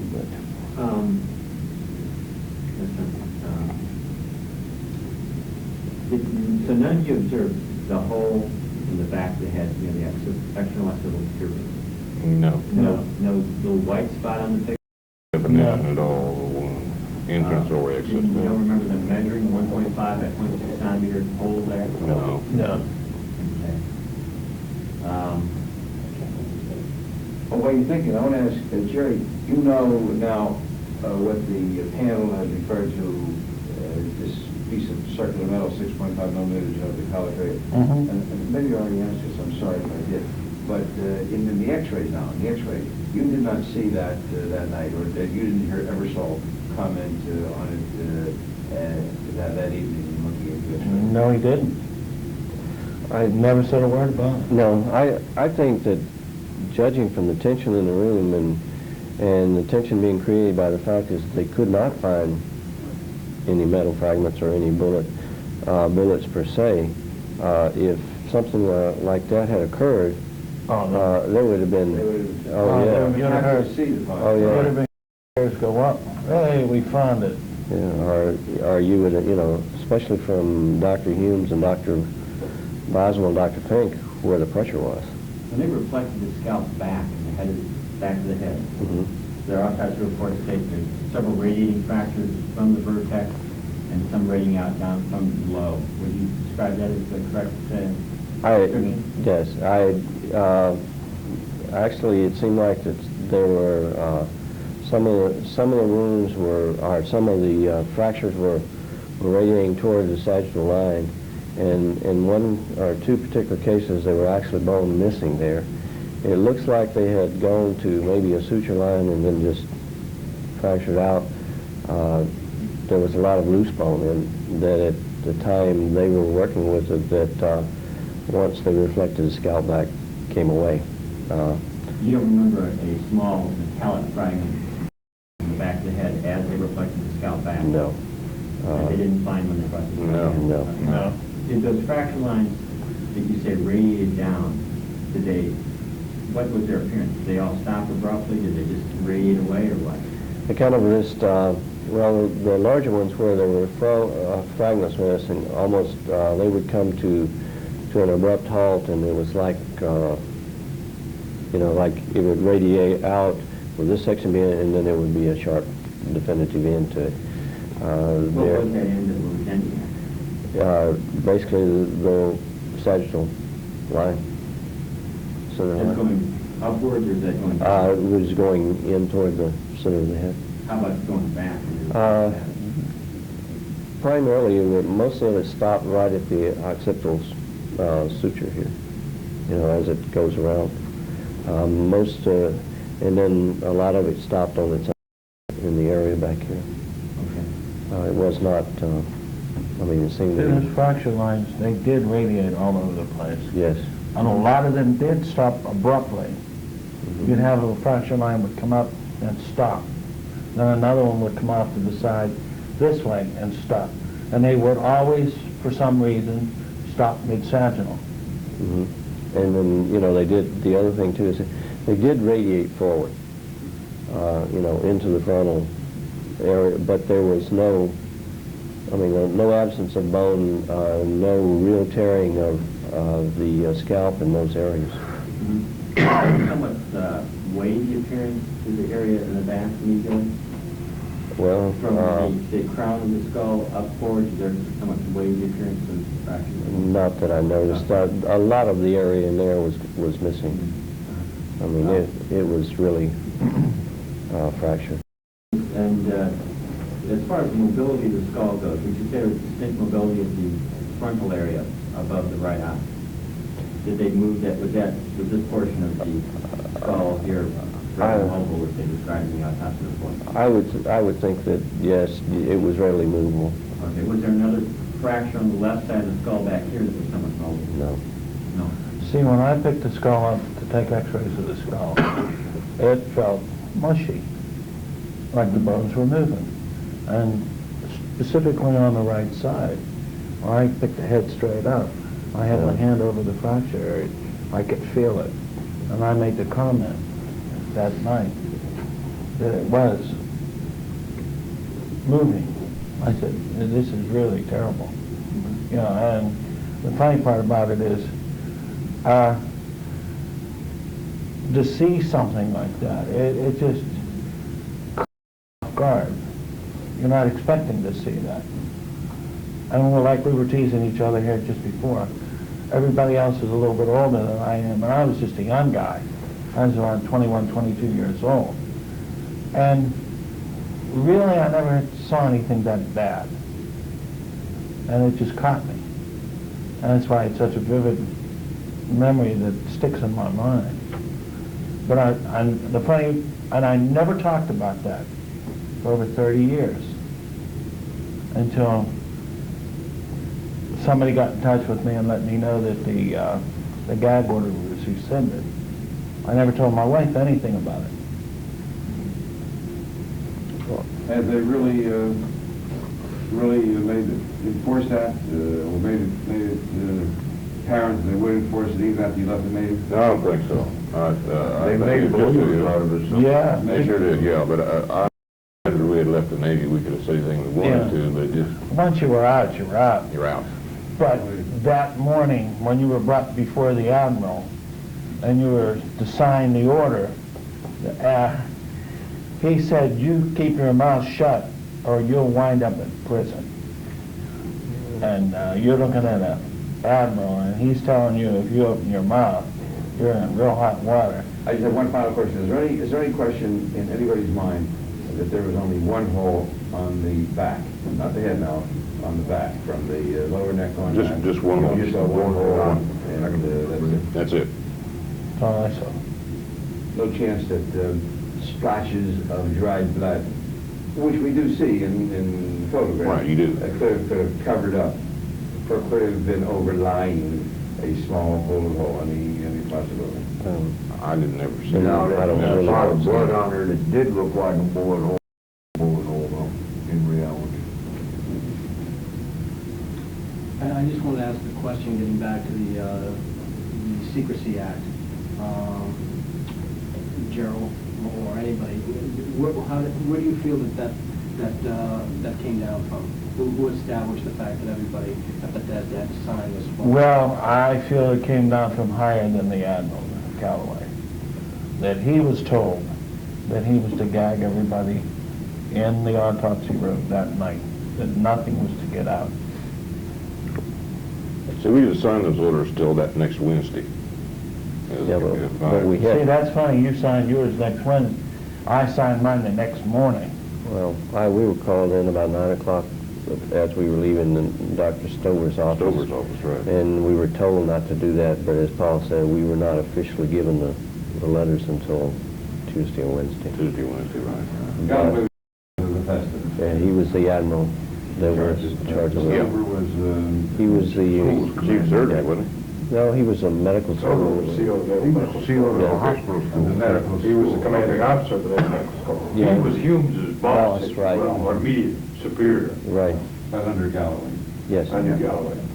Would this be considered common practice considering the situation, or do you feel this is slightly unusual? I didn't think it was that unusual. I didn't think so. I thought this was above and beyond. Why? Well, it's nothing unusual in the military. No, I thought it was standard military Well, Well, it's practice. something sensitive to put a gag order on the people involved. That's nothing unusual. No. I didn't Well, think so. all right, maybe I overacted at the time, but like I said, I've never, in all the years that I was there at Bethesda, never ran into the Admiral. I ran into him that time. Well, you know, when I was asked to, initially I was kind of commanded to appear for the assassination committee, and I told them I wouldn't do it without a subpoena. Then they came and I signed a deposition for them. At that point in time, I received 2 letters, one from the Department of the Navy, one from the Department of Defense rescinding that order. The order, gag order. You were still in? No, I was No, out. we were out. I had been out quite some time. I guess they did that for formality because we were all civilians at the time. Yeah. They had no jurisdiction over us at that time at all. It's just that, now what happened to me, two gentlemen came to see me. One was Mr. Perry, one was Mr. Kelly. And I didn't know at the time until I talked to Mr. Jenkins here that Mr. Kelly was an FBI agent. Yes. And I thought he was a lawyer. But they came and met me down to Gainesville. I was going to college at the time to interview me. Now, I had not received that letter yet. See, the letter was supposed to come out before they came down to see me, and I got it about a week after. Let's stop here and we have to change the tape one more time. Let me ask you something. Oh, I'm sorry, go ahead. You said you infused the brain. First question is, how did you find your way onto the House Select Committee on Assassinations? I was invited to be one of the 9 forensic pathologists serving on the forensic pathology panel of the House Select Committee on Assassinations. I do not know who specifically recommended me. It's my understanding that they were concerned if I were left out that there would be accusations of preconceived bias, so that they reluctantly put me into the group. They had to do that moreover because they already had 2 other people who had expressed opinions in behalf of the Warren Commission, Werner Spitz and James Weston. So I think that they really had no alternative but to include me. Of all 8 forensic pathologists that were on that panel, how many of them, including yourself, do you feel came in with preconceived opinions about this, or whether or not they were open to just looking at the evidence the government presented? Of the other 8, I know that 2 had expressed definite opinions of an unequivocal nature concerning the Warren Commission report, namely that it was correct. The conclusions of the Warren Commission report, the conclusions of the so-called Clark panel, the panel by then Attorney General Ramsey Clark that had studied the materials in '69, 2 of them had expressed public opinions. Of the remaining 6, I know that there had been opinions expressed privately on more than one occasion at meetings of the American Academy of Forensic Sciences, the National Association of Medical Examiners, and other places, indicating that they believe the Warren Commission.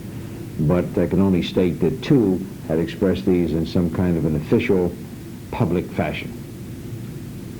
Can you describe for me the exact elements in which all of you on the panel, elements, photographs, x-rays, materials of any kind, can you describe to me the wealth of the material you were working with to try to reach a final decision? Essentially, the panel had all the autopsy materials that I recalled having seen at the National Archives when I was the first non-government forensic pathologist given access to the J.F.K. materials at Smithsonian Institute. I know that all of those were there.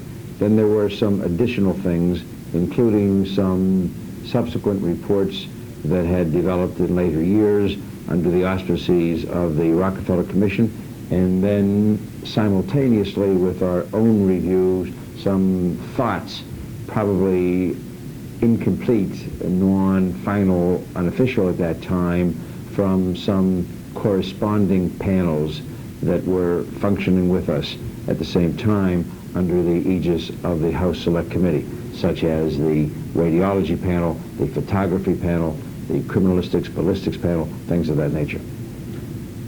As a governmental investigative body, what was the final conclusion at the end of the day? Well, the end of the day for the House Select Committee on Assassinations was that with a high degree of certainty, there were 2 people shooting. There were 4 shots. Those were the findings of the House Select Committee on Assassination. The panel, of which I was a member, my 8 colleagues, they essentially concurred with the conclusions of the Warren Commission report vis-a-vis a sole assassin. They brutally criticized the autopsy. They were unbelievably harsh on Humes, Boswell, and Fink when those 3 people came to have a discussion, to be interviewed by the forensic pathology panel prior to the conclusions being drafted and the testimony being given orally at a meeting of the House Select Committee when we wrap things up. They raised questions about everything, where the holes were, where the pre-existing wounds had been made, what was done in the autopsy. They raised a million questions, but somehow, even though they did not get answers that explained all of these deficiencies, they nevertheless came to the conclusion that the single bullet theory was correct, that it was possible. However, the overall committee of the United States Congress, as I indicated, did conclude that the Warren Commission was wrong, that there were 2 people firing shots at the president's limousine that day. Rather amazingly, nothing ever happened thereafter. The House Committee never followed through via Congress by a formal request, to my knowledge, of the Department of Justice and the FBI or to the executive branch of government. It was as if this had been done as a kind of an academic exercise. It was as if that this was being done in some kind of a vacuum, no purpose, no utilitarian, pragmatic reason. And that, of course, was absurd because it was the House of Representatives which had established this committee. They weren't forced to do it. They weren't doing something with reluctance. They did it. They undertook this massive study. They then came to a conclusion and just let it hang out there to to dry with nothing being done as a follow-up. But that conclusion about a possible conspiracy and two gunmen did not come about from anything that was found in the so-called medical evidence, correct? That's correct. As I indicated, the panel, except for me, concluded that the number of shots fired, the wounds sustained by the President and Governor John Conley did, in fact, fit in with the original scenario. They moved the hole of entrance on the back of the President's head up 4 inches, 100 millimeters, 10 centimeters. They did make some other revisions, but their conclusion was in line with the original autopsy team. And this was based pretty much on the autopsy material and, I mean, the photographs and the x-rays, that was the basis of that? The photographs, the x-rays, the autopsy report, some corollary information that had to do with the weapon, the ammunition, all of these things were put together, and they came to this seemingly incredible conclusion.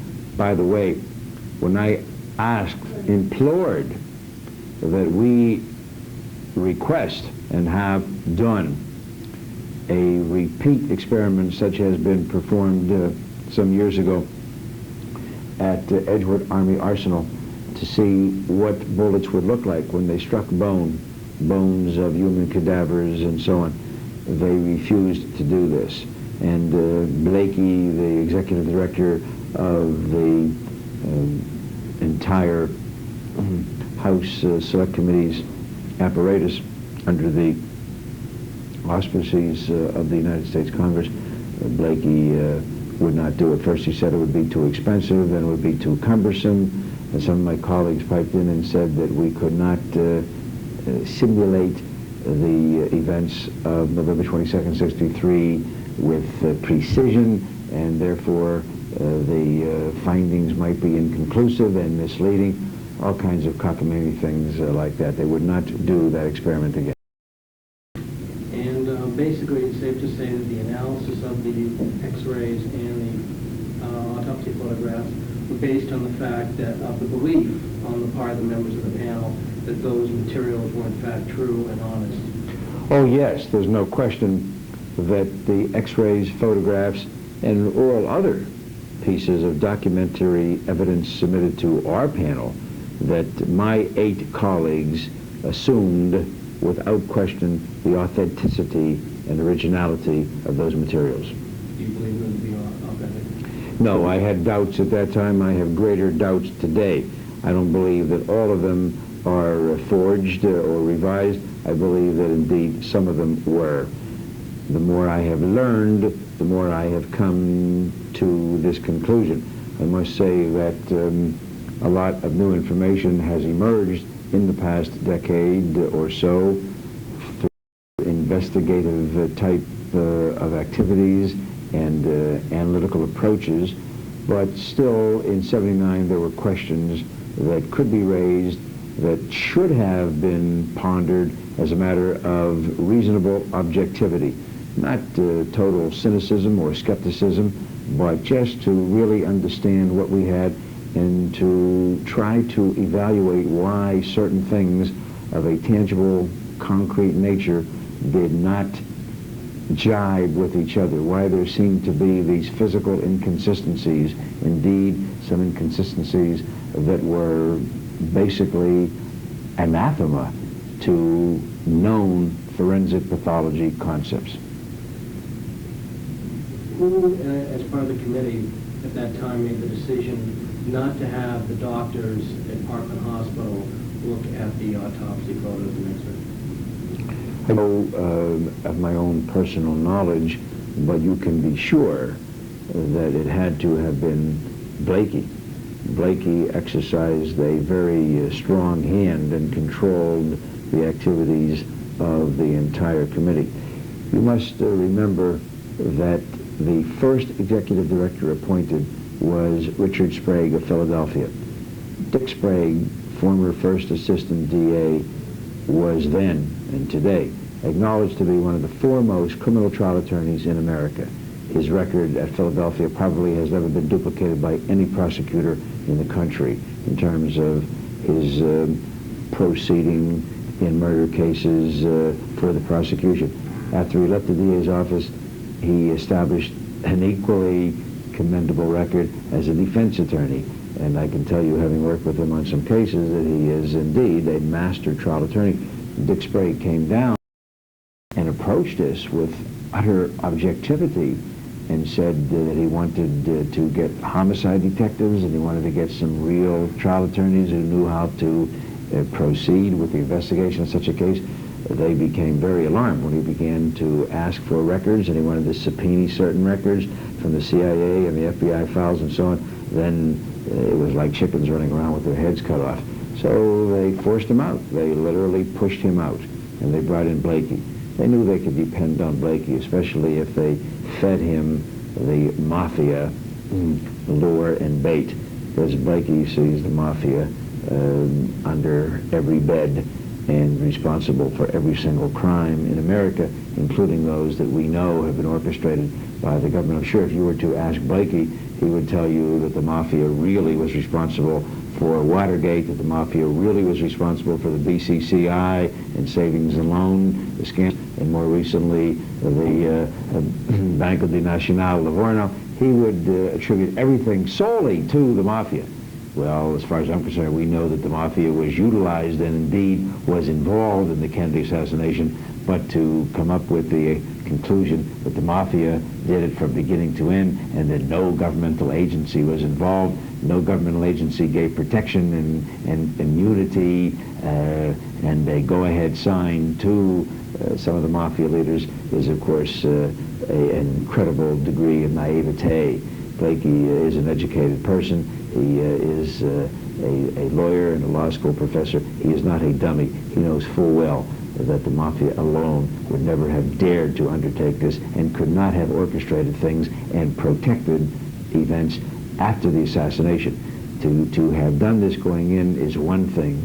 To have been able to set up the secondary conspiracy that followed, as our dearly beloved now departed colleague Sylvia Meyer entitled her book Accessories After the Fact, that was the bigger conspiracy that could not have been handled and controlled by the mafia alone. No way. Do you remember when you were on the panel ever reading or hearing of the depositions given by Paul O'Connor and Jim Jenkins, the two technicians assisting the autopsy at Bethesda? Did you ever see any? No, I do not recall those at all. I came to know Paul later on when we met in conjunction with the making of the excellent TV series, well, a one program, but a 4 or 5 hour program, The Trial of Lee Harvey Oswald. But I don't remember anything from O'Connor or Jenkins or any of the other technicians at the time. The only testimony or depositions that you were made aware of was those of Colonel Fink and Dr. Hughes. Yes, well, as a matter of fact, I was excluded from those interviews. I learned about them after they had taken place. I hit the ceiling, and I let Blakey and my colleagues know what I thought of them. I consider that to be an absolutely indefensible, unethical, uncalled for act of proceeding with those interviews and excluding me. And their answer was from Blakey, well, since I had seen the autopsy materials originally in '72 at the National Archives, it really wasn't necessary for me that this would have been redundant, and they were concerned about my time and so on. Well, it was an outright lie, and I think that it tells you something about the kind of person that Blakey is. Not only is he so unethical as to have done something like this, but he doesn't even have the integrity and decency and moral strength to look you in the eye and tell you that he's going to. He did it and then came up with a totally false story to rationalize and explain why he had done it. He had no justification, and had I known about it going in, you can be sure that I would have been there or I would have wound up in jail, because I would have been pounding on the doors and pounding on Blakey's head. they knew not to tell me in advance. I learned about it when it was a fait accompli. Now, the autopsy pictures were never shown to anyone during the Warren Commission investigations, and during the House Select Committee investigations, they were only shown to this 9-member forensic pathologist panel. Did anybody on that panel with you question the fact as to why the Parkland doctors, who had such a vivid recollection of the nature of the head wound and the throat wound, were never shown this material? No, my colleagues do not seem to be troubled by that. I was bothered by it, and I raised questions because I knew then, as did all the responsible, knowledgeable critics of the Warren Commission report, that there were inconsistencies, glaring inconsistencies among the physicians at Parkland Hospital and at various times from 63 on to the time that we were convening in 78, 79. But there again, we could not bring them to have these meetings and interviews and discussions and to try to burrow in on the basis for these inconsistent statements. One gets a sense from that whole investigation of the House Select Committee that they seem to put very little value on eyewitness, recollections of what happened back in 63, as opposed to evaluating the so-called best evidence or scientific evidence, which is the X-rays and the autopsy photographs. Is that basically true, that they felt someone's memory really didn't hold up to what we could see in these pictures? I would say that it is essentially correct that eyewitness testimony was ignored or not even solicited.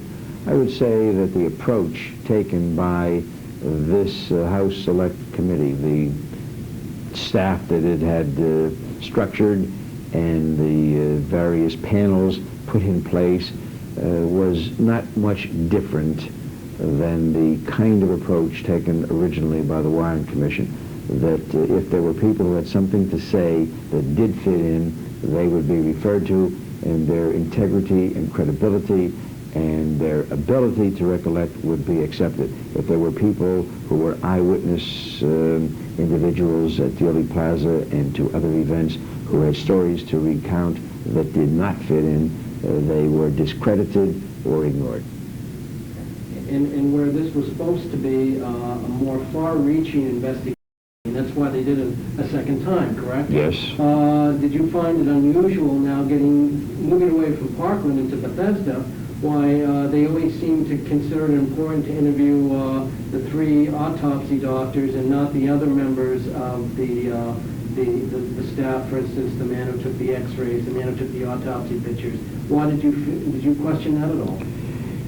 I remember raising some questions, yes, about the technicians, because I had heard that there were some different stories being told by a few of them, although my recollection is that much of what we have learned in the past 10, 12 years from the various technicians and photographers present at Bethesda that night had not been made public by those people prior to 78. Many of them were still living under the fear of an order issued to them by Admiral Galloway and by other high-ranking officials at the time that they were in the Navy, never to speak about this.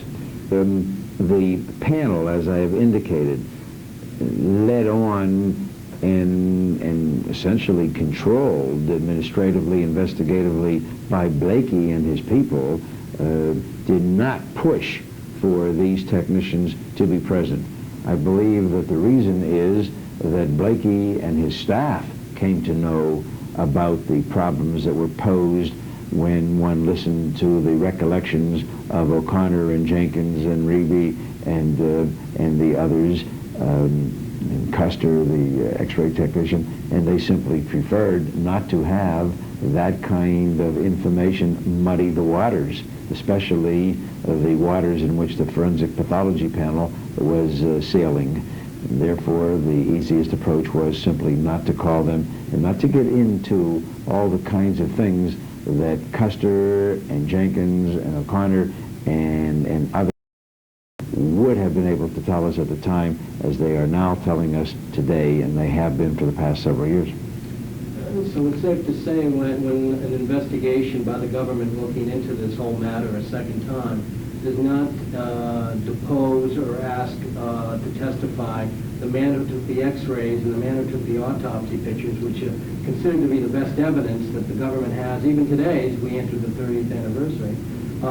Isn't it safe to say that it was a fairly inadequate investigation the second time around? Yes, I think it would be correct and accurate and fair to state that it was less than a thorough, all-encompassing investigation. And that's sad, because it was, as you have indicated, set up to be an all-inclusive investigative panel. It had the authority of the United States Congress. It had ability, the opportunity to do things, and it was muffed, and I believe deliberately so. It was controlled. Blakey knew where he was going. He knew from early on where he was going to wind up.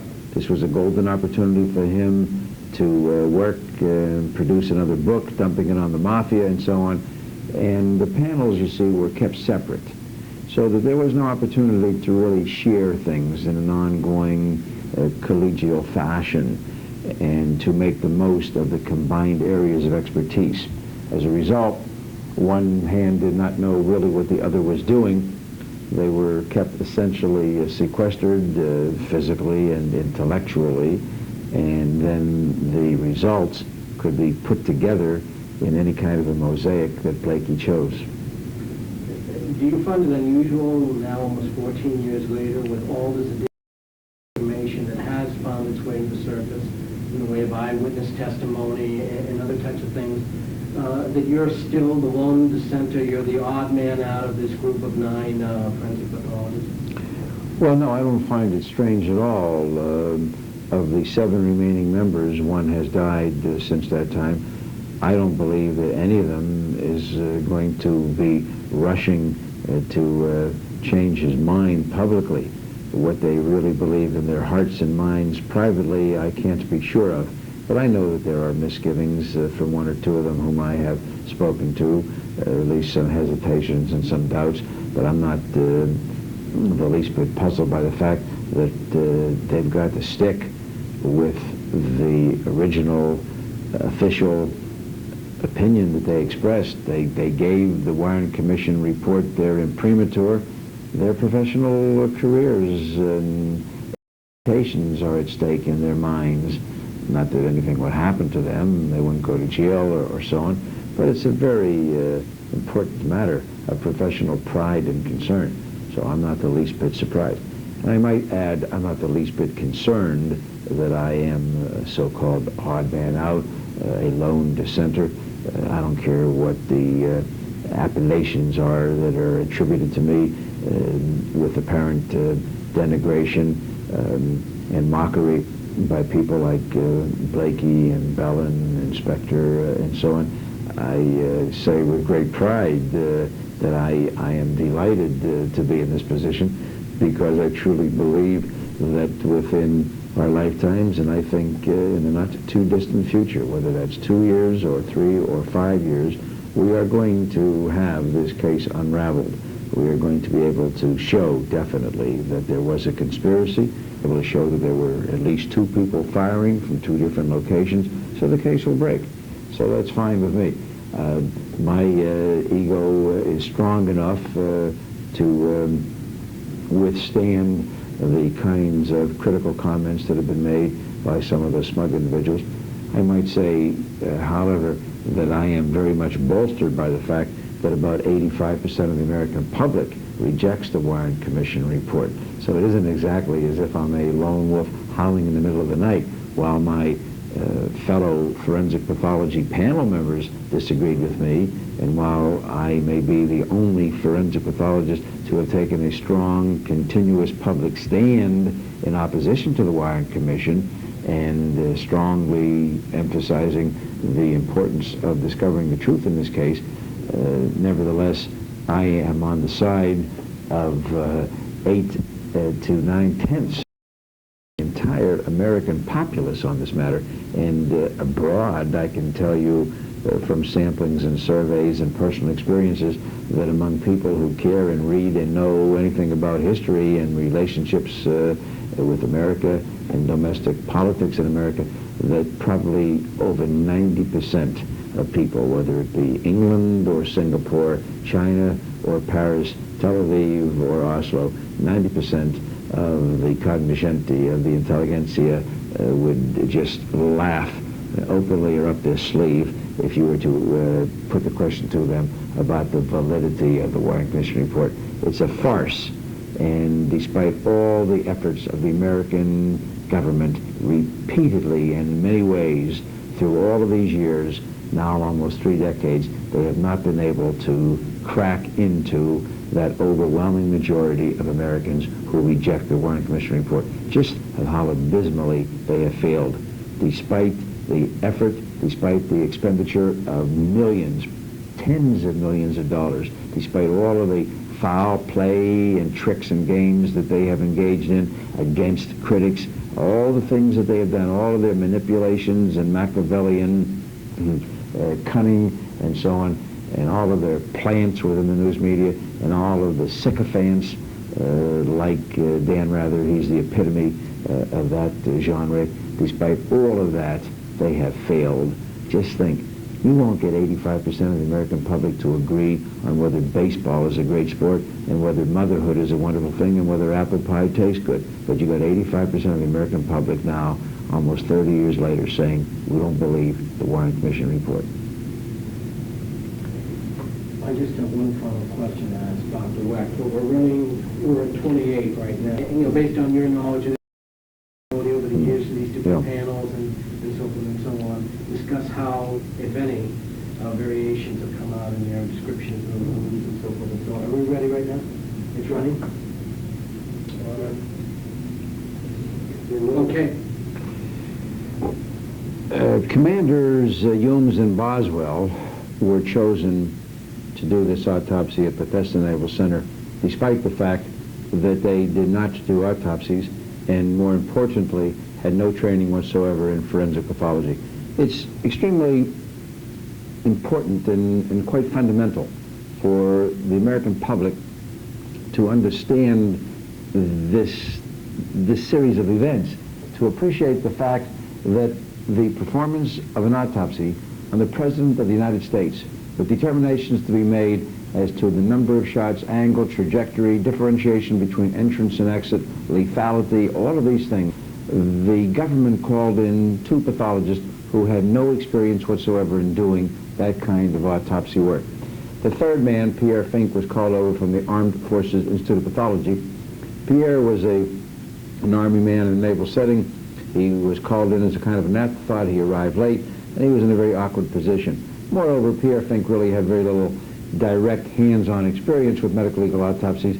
His work really was more of a review administrative nature, and largely directed to airplane crashes and some other things like that came under military jurisdiction. So the reason that we began with an inept autopsy was because we began with incompetent, untrained, unskilled forensic pathologists. Well, 2 with no training, and a third one with relatively little experience. The findings that night were, as we know, all botched up. They missed a bullet hole in the front of the neck completely. They never talked with the doctors at Parkland Hospital until the next day. And later they gave testimony which they wavered on. They bowed to the pressures of our inspector and others. First they said that they did not think that there could be such a thing as a single bullet theory, that it was very unlikely, if not impossible, that one bullet could have caused all the wounds in Kennedy's back, throat, Conley's chest, wrist, and thigh. And then they gave in to pressures. Now that alone shows you that something is wrong. A forensic pathologist should deal with his work in an objective fashion, and when he arrives at conclusions, he should be prepared to stand firmly behind them. He doesn't buckle to pressure from the district attorney or a county commissioner or a governor and have his mind changed because of political factors. That's exactly what happened here. They never told the American public about the missing brain. They learned about it back in '66. I wasn't until almost 6 years later when I discovered that at the National Archives, and that was made public through Fred Graham of the New York Times. That tells you something about their lack of integrity, about their lack of professional honesty, the fact that they did not disclose this information. Then they went into hiding, so to speak, on the J.F.K. assassination and chose to remain silent, as we are told, even though the Ramsey Clark panel back in '69 gave us a new location for the bullet wound on the back of the head, even though the House Select Committee's Forensic Pathology panel gave another location for the bullet hole on the back of the head. What did Humes and Boswell and Fink do? They went along under stern criticism and after intense pressure by my colleagues on the Forensic Pathology panel with the new location of the bullet hole on the back of the head. Humes and Boswell and Fink had placed the hole at the occipital protuberance, that's the bony prominence at the base of your skull, 1 inch to the right of the midline. In '78, under these pressures from the Forensic Pathology panel, they said, well, we guess we're wrong. The hole then is up here at the top of the head, the so-called cowlick area, 4 inches higher. And that's the way it remained from '78 until 1992. And now in 1992, with the publication of interviews of Humes and Boswell on May 27th, and then Fink in early October of this year, Dr. Lundberg, the editor-in-chief of the Journal of the American Medical Association, now tells us that Humes and Boswell and Fink stand by their original eyeball versions, and they now have restored the bullet hole of entrance to the bottom of the skull. Remember, they have also identified beveling, that's the inward cratering phenomenon that occurs when a bullet enters the calvarium, the bony top of the skull. It's not just saying there's a hole there, they give you the characteristics and the internal features of that hole. So where do we stand today? Where we stand is an absolutely beautiful position. If we were getting ready for trial, we would now be able to sit back and do nothing, because we'd have a good chance of getting the case dismissed even before trial commenced. Because the government's official version was that there was one shooter, B. Oswald, that he fired 3 shots, that 1 shot hit the president in the back of the head, and another shot missed, and another shot went through Kennedy's back, through his neck, and then through Connolly's chest, right wrist, and into his left thigh. Now we have the pathologist who did the autopsy telling us that there's a bullet hole at the base of the skull. We've already gotten the Ramsey Clark panel and the Forensic Pathology panel telling us that there's a bullet hole with beveling at the top of the skull, 4 inches higher. Well, you can set aside all the critics, me and everybody else, and just run with the ball that has been presented to us by the government. We've got 2 different holes of entrance on the back of the head. You can't have that under the Warren Commission scenario. If you were the criminal defense lawyer representing Lee Harvey Oswald,